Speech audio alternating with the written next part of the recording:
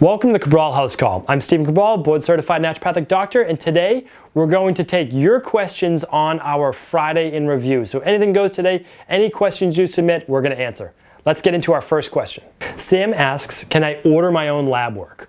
So when you typically would go to a let's say a conventional medicine doctor or a allopathic doctor, primary care physician, whatever you want to call it, they may not be willing to order a hair tissue analysis for you. They might not be willing to even order vitamin D tests for you. A lot of physicians are not. So I believe in taking control of your own health, and so what I would recommend is you having the ability to find out the results you want. After all, it's your body, right? Why wouldn't you be able to test your own body to find out what you need? So essentially, when we do functional medicine tests, we're looking for deficiencies. What don't you have enough of so your body can't do what it needs to do because it's missing something? And what do you have too much of? Toxicities. What do you need to remove from the body? Because it's not always about adding more. Sometimes it's about a subtractive process. So yes, you can absolutely order your own labs. One is that you just need to get connected through a functional medicine practitioner or a health professional that can order these labs. So we allow people to do that right on StephenCabral.com. That's the amazing thing, is like through our new technology, I sign off on the labs, you get them shipped to you, you can do them right at home, and then you ship them back to the lab through prepaid mailers. I get the results and I send you the results, so you get all that plus a wellness plan that goes along with it. It's a really simple, amazing service. We can only do so many of those a month, of course, because we only have so much time, but it's a great service so that you can get that easily through us. Now, if you want to do it at your own, you still have to get a doctor to sign off these things. That's the only issue, is that you have to find that, and you can, that's not a difficult thing. You can find a functional medicine doctor in your community, or you can find someone that you just can do the labs through. So you don't have to pay us essentially to do the labs if you don't want. You can do the labs on your own and just buy them through essentially the website. That's a service that we just try to offer so that you can take your own health back into your own hands. And the other part to that is this.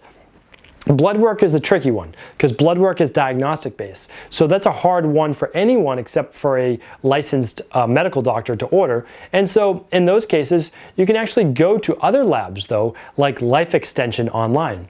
And through Life Extension, they can send you a kit called the male profile or the female comprehensive profile. Those are ones we use with our wellness clients all the time. I order the kits myself. It's really easy to do. I don't own any stake in Life Extension, but it just gives you a huge profile of all the blood work you would ever possibly want to run on an annual basis, not for anything specific, but overall health trends. And then you can take that to your local walk-in clinic or hospital that does blood draws. Very simple, very straightforward. So yes, you can absolutely order your own lab kits online. Next question.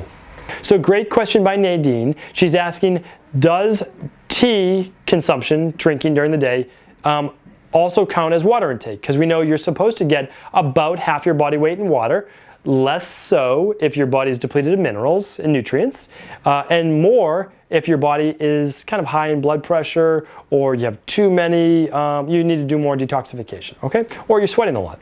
So you want to look at it this way.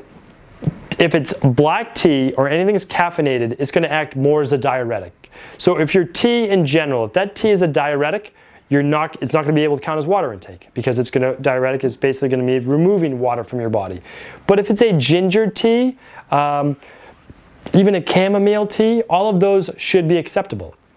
And so you'd be able to use those as part of your overall water intake. But I do want to caution you, only water counts as water. All right, so water, you do need pure water during the day. And that means all of your tea consumption or all of your liquid consumption cannot be tea. You do have to drink water. So get at least 4 glasses, 8-ounce glasses of water during the day. And then if you want to add some herbal tea besides that, completely fine. You want to do smoothies, that counts as well if it's fruit-based. So yes, absolutely, you can count non-caffeinated, non-diuretic based teas as part of your water consumption. Just make sure you do have water during the day as well. Next question.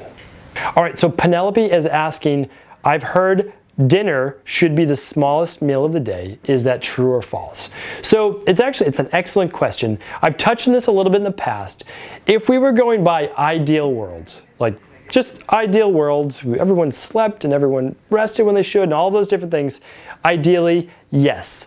your dinner meal, which would typically be for most people a couple hours before bed, should be your smallest meal of the day. And that's because you want your body to go to bed with an empty stomach. You don't want to load it up with a lot of food that's going to deter your body from being able to use all of that energy for the detoxification process. And you don't want anything that would inhibit your body from getting into deep relaxation. Meaning, like, if your body's producing a lot of energy to work in the digestion, that's not going to be great. Plus, it's not ideal from a caloric consumption standpoint to eat a lot of calories before bed if you're trying to burn body fat or any of those things. Now, of course, there are all sorts of different scenarios, like intermittent fasting, which we spoke about before, the warrior diet, like we spoke about before. But in an ideal world, you would like dinner to be a small meal or the smallest meal of the day. For a lot of people, this is just not a realistic scenario because it is the one meal where they actually get to sit down and relax, kind of like myself. So what I would say is, for those people, you can enjoy a nice meal, but just don't make it a huge meal. It doesn't have to be the smallest one of the day, but just don't make your dinner meal ever the largest meal of the day because of all the reasons that I just spoke about. So ideal world, yes, it should be the smallest because your lunch in an ideal world should be the largest. That is when digestion is going to be at its peak, and that is going to be hopefully the time of the day where you had time for your body to ramp up, and then after that you're going to have time for your body to rest, sit down, relax after lunch, and then burn some of those calories for the next, 8 hours, 10 hours before you do go to bed. Hopefully that answers your question. Just keep in mind, we all live in the real world. We have to adjust to our own schedules and do the absolute best that we all can. Hopefully that answers your questions today. I'll be back real soon with another Cabral House Call.